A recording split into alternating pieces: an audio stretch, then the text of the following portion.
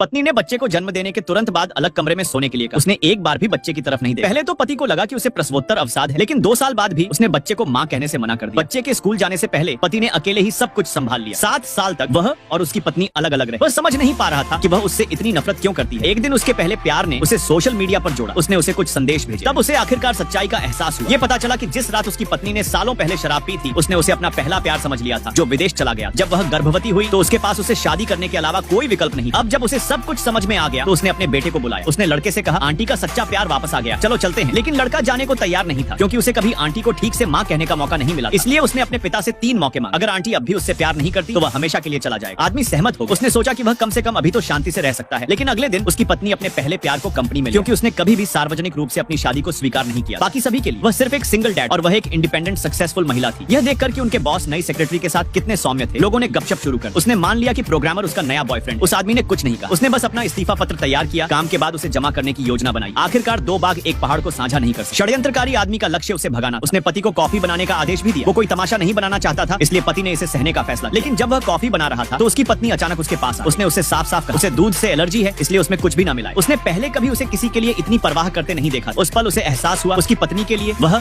और उसका बेटा बाहरी लोगों से ज्यादा कुछ नहीं। उसने कॉफी पहले प्यार को थमा दी, लेकिन उसे पीने के बाद अचानक उस आदमी को सांस लेने में तकलीफ होने लगी। उसकी पत्नी की पहली प्रतिक्रिया यह थी कि उसने अपने पति पर दूध मिलाने का आरोप लगाया। चाहे उसने उसे कितना भी समझाया, उसने उसकी एक न सुनी। उसने उसे तुरंत थप्पड़ मार दिया और कहा कि उसका पहला प्यार उसे फंसाने के लिए कभी भी एलर्जी का नाटक नहीं कर। यह देखकर कि उसकी पत्नी को उस पर विश्वास नहीं हुआ, उसने उसे कॉफी थमा दी। उसे यह जांचने के लिए कहा कि अंदर कोई दूध है या नहीं। पहला प्यार घबरा गया और उसने दर्द का बहाना करते हुए अपना पेट पकड़ लिया। उसकी पत्नी को उस पर तरस आ रहा था। उसने तुरंत अपने पति से घुटने टेकने और माफी मांगने को कहा। जब उस आदमी ने मना कर दिया तो उसने एक स्टन गन पकड़ी और उसे तब तक झटके दिए जब तक उसका पूरा शरीर ऐंठ नहीं गया। उसके बाद ही उसे संतुष्टि मिली। वह अपने पहले प्यार के साथ उसे अस्पताल ले जाने के लिए निकली। लेकिन जैसे ही वे बाहर निकले, उसने देखा कि उसका बेटा स्कूल के गेट पर खड़ा उसका इंतजार कर रहा। लड़के के चेहरे पर आंसू बह रहे थे, लेकिन उसने फिर भी वहां से जाने का फैसला किया। कुछ ही समय बाद उस आदमी ने अपना इस्तीफा दे दिया। जब उसके सुपरवाइजर ने पूछा कि क्यों, तो उसने बस इतना कहा कि बच्चे की मां विदेश में, इसलिए उसके पास वहां से जाने और परिवार को फिर से जोड़ने के अलावा कोई विकल्प नहीं। सुपरवाइजर ने उसका कंधा थपथपाया, उसे प्रोत्साहित किया और कहा कि उसके जैसा प्रतिभाशाली व्यक्ति कहीं भी चमक सकता है। उसने अपने इस्तीफे की प्रक्रिया को सुचारू रूप से पूरा। इस बीच उसकी पत्नी को इसके बारे में कुछ भी पता नहीं था। वह अपने पहले प्यार के बेटे के साथ समय बिताने में बहुत व्यस्त। वह पूरी तरह से भूल गई कि उसने अपने बेटे से वादा किया था कि वह उसकी पेरेंट टीचर मीटिंग में भाग ले। लंबे समय तक उसका इंतजार करने के बाद वह आदमी अपने बेटे को खुद स्कूल ले, लेकिन उसे आश्चर्य हुआ कि उसकी पत्नी पहले से ही कक्षा में बैठी। पहले तो उसे लगा कि उसे आखिरकार होश आ गया कि वह अपने बेटे के लिए यहाँ आई है, लेकिन जैसे ही वह लड़के को अस्वीकार करने वाली थी, पहले प्यार के बेटे ने अचानक उसे जमीन पर धकेल दिया।